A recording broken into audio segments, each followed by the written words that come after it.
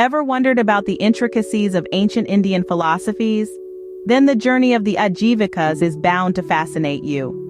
The Ajivikas were a significant philosophical and ascetic movement that emerged in India around the same time as Jainism and Buddhism, specifically in the 5th century BCE. Founded by Makali Gosala, they rivaled other dominant philosophies of the time, such as Hinduism, Buddhism, and Jainism.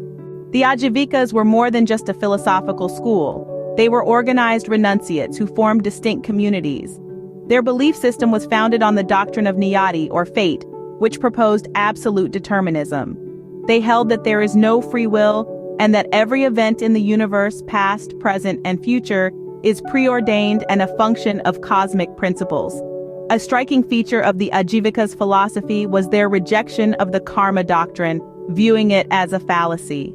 They also developed a theory of atoms, suggesting that everything was composed of atoms, and qualities emerged from aggregates of atoms.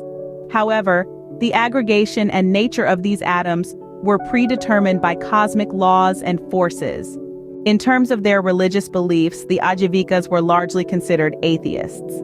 However, they did hold that within every living being existed an Atman, a central premise of Vedic religion and Jainism.